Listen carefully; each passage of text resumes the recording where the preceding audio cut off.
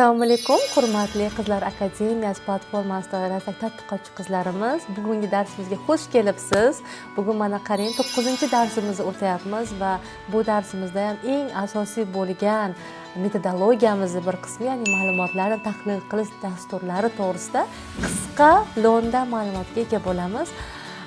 Umuman olganda tadqiqot bu bir-biriga bog'liq bo'lgan jarayon. Bu narsani boshda ham bir necha marotaba takrorlab o'tdik. Ya'ni bir-biriga bog'liq bo'lgan jarayon, bu hech qachon cheklanmagan. Buning tadqiqot qilishning yo'nalishlari, obyektlari, bizning indikatorlarimiz juda ham keng va bugungi darsimizda aynan tadqiqotlarimizdagi eng asosiy bo'lgan ma'lumotlarni qanday qilib qaysi dasturlarda biz tahlil qilishimiz mumkin, shu haqida ma'lumot berib o'tamiz. Ma'lumotlarni tahlil qilish dasturlari bu katta hajmdagi raqamlar va faktlarni qayta ishlab, ularni grafik ko'rinishda tushunarli bo'lgan holatda o'quvchiga yetkazib bera olish. Albatta, bu juda ham qisqa, oson bo'lgan tushuncha ma'lumotlarni tahlil qilish uchun, sababi bizning tadqiqotimizda hajmiga qarab, qanchalik darajada biz keng yoki tor doirasida, oson yoki qiyin doirada tadqiqot qilyapmiz, shunga qarab ma'lumotlarimizni tahlil qilish darajasi ham o'zgarib boradi. Ya'ni siz oddiygina kichik so'rovnoma holatida tadqiqot o'tkazayotgan bo'lsangiz, ma'lumotlaringizni tahlil qilish jarayoni ham qisqa lo'nda bitta-ikkita grafiklardan iborat bo'lgan bo'ladi. Agarda sizning tadqiqotingiz katta hajmda, ya'ni siz magistratura yoki doktorantura sohasida bir juda ham keng qamrovli ilmiy ish olib borayotgan bo'lsangiz, unda sizning ma'lumotlaringiz ham advanced level, yuqori darajali dasturlar orqali tahlil qilinadi.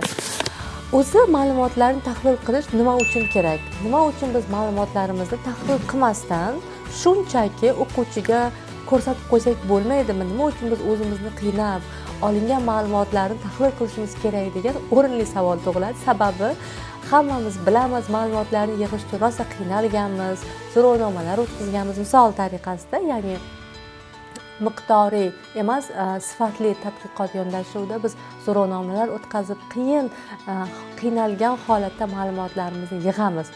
Endi yana nima uchun u narsani bitta-bitta tahlil qilib o'quvchiga ko'rsatishimiz kerak? Aynan mana shu ma'lumotlarni tahlil qilish siz yig'gan minglab, millionlab datalarni, ma'lumotlarni oson, qisqa lo'nda o'quvchiga yetkazib berishga yordam beradi. Misol tariqasida siz 10 mingta talabalardan ma'lumotingiz bo'lsa, u narsani bitta-bittalab hisoblab o'tirishga, kalkulyator orqali ularning o'rtasidagi bog'liqlikni hisoblab o'tirishga shaxsan sizning o'zingizning sabringiz yetmaydi. Ma'lumotlarni tahlil qilish platformalari orqali bu narsani bitta klik, ya'ni bir buyruq orqali bemalol amalga oshirishingiz mumkin. Bu narsa sizni vaqtingizni ham tejaydi, o'z navbatida ishingizni yaxshi, sifatli bajarishga yordam beradi. Albatta, tezlik ikkinchi o'rinda, ya'ni tadqiqotchilar, olimlar, magistraturada, doktoranturada ishlayotgan olimlar aynan tezlik orqali millionlab qator ma'lumotlarni bu dasturlar soniyalarda hisoblab berish imkoniyatiga, shu sababli siz bir nechta tahlillarni, analizlarni bitta komanda orqali siz juda tez amalga oshirishingiz mumkin. Eng asosiy yana bir bo'lgan kriteriyalardan biri bu aniqlik. Ya'ni inson omili ishtirok etganda albatta xatolar bo'lishi mumkin. Shu sababli oddiy so'rovnomalarni hattoki biz aynan dasturlar orqali hisoblaganimizda, tahlil qilganimizda aniqroq natijaga ega bo'lamiz. Ma'lumotlarni tahlil qilish dasturlari bizga vizualizatsiya uchun juda ham muhim. Ya'ni bizda juda ham ko'p sonlar ishtirok etishi mumkin. Aynan doimiy sonlarni jadvallarda yana va yana takrorlanib ko'rsatish o'quvchini ko'zini zeriktirishi mumkin. Shu sababli siz har xil grafiklar orqali bu narsani yetkazib berish albatta o'quvchi osonroq, tezroq tushunishiga yordam beradi. Keling endi hurmatli tadqiqotchi qizlarimiz, eng ommabop bo'lgan dasturlarimiz haqida to'xtalib o'tsak. Umuman olganda dasturlarimiz murakkabligiga qarab ikkita turga bo'linadi. Ya'ni bu boshlang'ich darajadagi dasturlar, mana barcha qizlarimizga tavsiya qilgan bo'lardim. Excelni boshlang'ich darajasida o'rganish va professional darajadagi dasturlar. Albatta bunga SPSS, Stata kabi dasturlarimiz kiradi. Aynan bu dasturlardan qaysi birini ishlatishimiz sizni darajangizga bog'liq. Agar siz boshlang'ich darajadagi dasturlarni ishlatish sizga osonroq bo'lsa, siz bemalol Exceldan foydalanishingiz mumkin. Yo'q, men murakkabroq dasturlardan foydalanishni xohlayman desangiz, SPSS va Statadan foydalanishingiz mumkin. Endi har bir dastur haqida qisqacha ma'lumot berib o'tadigan bo'lsak, demak Excel. Barchamiz bilamiz, bu aynan Microsoft Word oilasiga, ofisga kiradigan bir Excel dasturi hisoblanadi. Bu oddiy jadvallar, qo'shish, ayirish, bo'lish, oddiygina grafiklarni qilish uchun bu ideal platforma hisoblanadi. Siz bemalol so'rovnomalar orqali olgan natijalaringizni Excelga qo'yib har xil grafiklar yaratishingiz va oddiy bo'lgan matematik amallarni Excelda bajarishingiz mumkin. Albatta Excelda pro darajada o'rgansangiz, siz bundan-da qiyinroq bo'lgan amallarni ham bajarishingiz mumkin. Keyingi dasturlarimizdan biri bu SPSS, Statistical Package for Social Science platformdagi dastur hisoblanadi. Bu SPSS ijtimoiy sohalarda tadqiqot olib borayotgan barcha uchun ideal bo'lgan dastur hisoblanadi. Bunda bitta tugmacha orqali siz bemalol olingan so'rovnomalarni tahlil qilishingiz, u orqali komandalarni berishingiz, natijalaringizni aniq-tiniq grafiklar orqali ko'rsatishi mumkin. SPSS bu kvalitativ tadqiqotlarda, ya'ni sifatli tadqiqotlarda keng ishlatiladigan dastur hisoblanadi. Va yana bir asosiy dasturlarimizdan biri bu Stata. Stata bu iqtisodchilarning eng asosiy bo'lgan quroli. Shaxsan o'zimning ham eng assistentim doimiy, mening necha yillik yordamchim aynan Stata hisoblanadi. Statada bir nechta buyruqlar, komandlar orqali siz olingan ma'lumotlaringizni xohlaganingizcha tahlil qilishingiz mumkin. Xohlasangiz ularning o'rtasidagi bog'liqlikni o'rganasiz, xohlasangiz bir-biriga bo'lgan ta'sirni o'rganasiz, xohlasangiz bir nechta olgan indikatorlaringizni davlatlar miqyosida tahlil qilasiz. Sababi Stataning funksiyalari juda ham ko'p. Bir nechta mamlakatlarni xohlasangiz bitta davlat miqyosida tahlil qilish imkoniyatini beradi va eng asosiysi Stata olingan tahlillar natijasida juda ham ajoyib bo'lgan grafiklar ham bera oladi.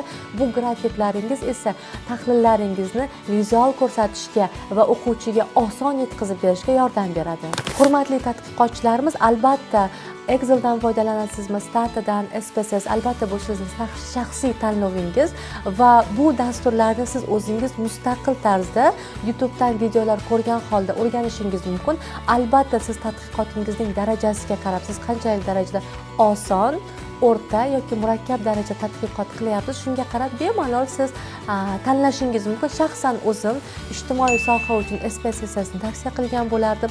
Basic, ya'ni boshlang'ich tadqiqotchilar uchun esa Excel siz uchun juda ham yaxshi bo'lgan platforma. Excelning juda ham funksiyalari ko'p va iqtisodiyot sohasidagi barcha tadqiqotchilarimizga Statani tavsiya qilgan bo'laman. Mana hozir ekranlaringizda ko'rishingiz mumkin. Soha bo'yicha iqtisodchilarga Stata, psixologiya, sotsiologiyalarga SPSS juda ham yaxshi tavsiya etiladi. O'rganish kam muddatni tanlaydigan bo'lsangiz SPSS, agar sizning vaqtingiz ko'proq va kelajakdagi karyerangiz uchun esa Stata tavsiya qilinadi. Agar ma'lumot turlari sizda juda ham ko'p ma'lumotlar bilan ishlashni xohlayotgan bo'lsangiz, unda albatta Stata eng ideal variant hisoblanadi. Hurmatli tadqiqotchi qizlarimiz, keling hozir endi aynan ushbu dasturlarimiz yaratgan, ya'ni Stata, SPSS dasturlarimiz yaratgan bir grafikka e'tiborimizni qaratamiz. Ushbu grafikda ta'limga sarflangan vaqt ish haqiga ta'sir qiladimi degan, demak, regressiya, chiziqli regressiyani ko'rishimiz mumkin. Bu yerda aynan mayda nuqtalarning bu grafikimizda ta'limga qanchalik darajada ko'p vaqt sarflashimiz ish haqiga ta'sir qilishini ushbu chiziqli nuqta regressiya, ya'ni o'sib borishi ko'rsatilgan. Ya'ni bizni olingan rezultatlarimizning tahlili natijasida ushbu grafikda siz qanchalik darajada ta'limga ko'proq vaqt ajratsangiz, bu ko'proq bilimlarni o'rganib kelajakda karyerangizda ish haqingiz oshishiga ijobiy ta'sir ko'rsatayotganligini ko'rishimiz mumkin. Demak, SPSS, Stata kabi dasturlarimiz sizni ma'lumotlaringiz mana shunday chiziqli regressiya tarzidagi eng oddiy bo'lgan chiziqli regressiya tarzida ko'rsatib berishi mumkin. Agar sizga ham mana shunday grafiklarni o'zingizni tadqiqotingizda ko'rsatmoqchi bo'lsangiz, siz bemalol ushbu dastur, ya'ni Stata va SPSS ni YouTube orqali mustaqil o'rganishingiz mumkin. Hurmatli tadqiqotchi qizlarimiz, bugungi darsimiz o'z nihoyasiga yetdi. O'ylaymanki, siz uyda borib SPSS, Excel yoki Stata dasturlaridan birini o'rganishni maqsad qilib qo'yib, juda ham ajoyib, qiziqarli, vizual yondashadigan grafiklarni kelajakda chiqarasiz. Bugungi darsimiz o'z nihoyasiga yetdi. Keyingi darsimizda ko'rishguncha, xayr!